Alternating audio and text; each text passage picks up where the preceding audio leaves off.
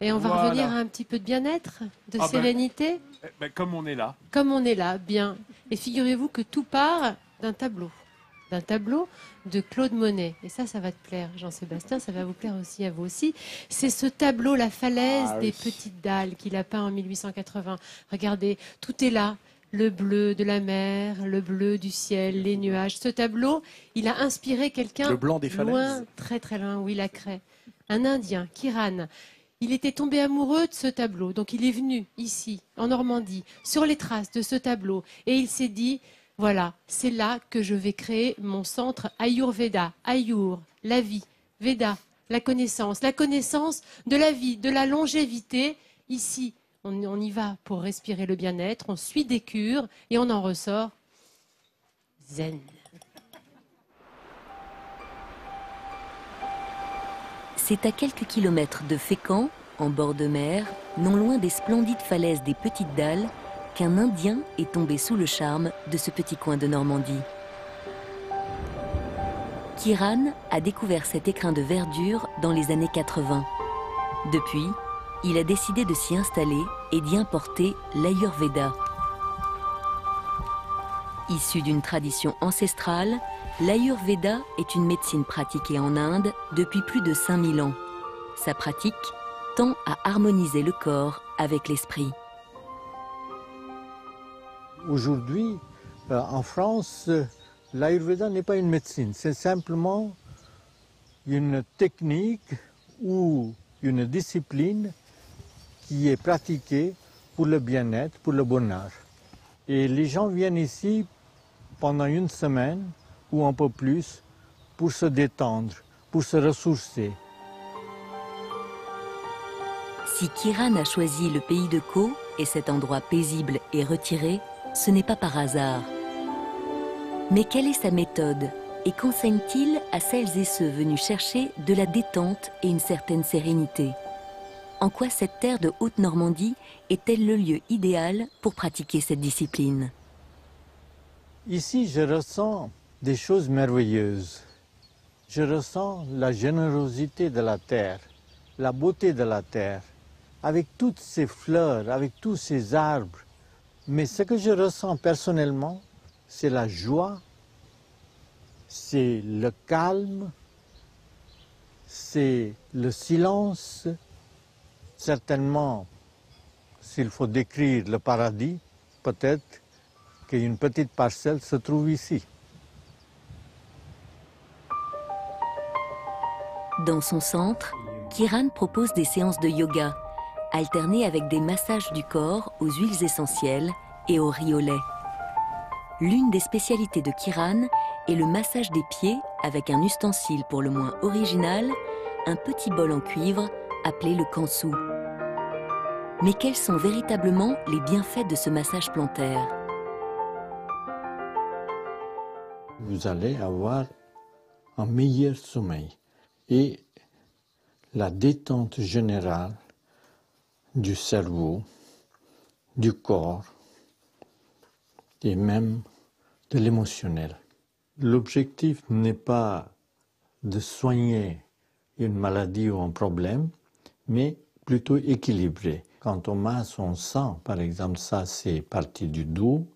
Alors s'il y a des parties dures ou pas équilibrées, on sent, par exemple, ça c'est un point au niveau du dos, quand ça fait mal, vous dites qu'elle a mal au dos.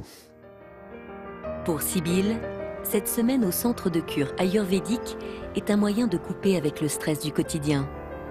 Elle y vient pour se faire du bien et se ressourcer dans ce cadre idyllique et exceptionnel de Haute-Normandie. Quand on vient ici, on a 1 ou 2 jours où on est encore dans son rythme, dans son stress, dans sa fatigue. Et au bout de 2 jours, on se sent déjà beaucoup plus détendu, il y a une bonne ambiance qui s'installe et on comprend un peu le rythme, on se repose, oui, on se sent bien, on se sent bien. On vient déposer ses tensions, je pense. On vient un peu réfléchir, faire un break. Moi, en fait, je suis venue une fois l'année dernière et j'ai recommencé cette année. On recharge ses batteries. Oui, on fait un point. Je crois que c'est ça, faire un point. Et retour à la nature, retour à ses sources, en fait. Et le retour aux sources passe aussi par l'alimentation. Kiran donne des cours et des conseils en cuisine avec les épices et légumes issus tout droit de son potager normand. Les fruits dans l'Ayurveda se mangent soit entre les repas ou en dehors des repas. Et s'il faut vraiment manger avec les repas, il faut que ça soit avant les repas, mais jamais, jamais après les repas. Mais quelles sont réellement les vertus de cette alimentation et les bienfaits pour le corps? Et curcuma pourrait vous aider à mieux respirer si votre diaphragme fonctionne bien.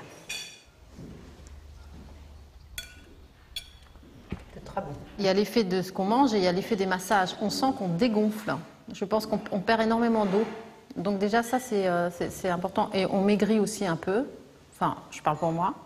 On sent les vertus, oui.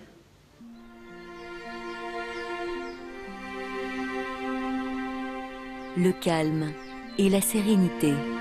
Un parfum d'Inde en plein cœur du pays de Caux, à quelques encablures des falaises blanches de la côte d'Albâtre.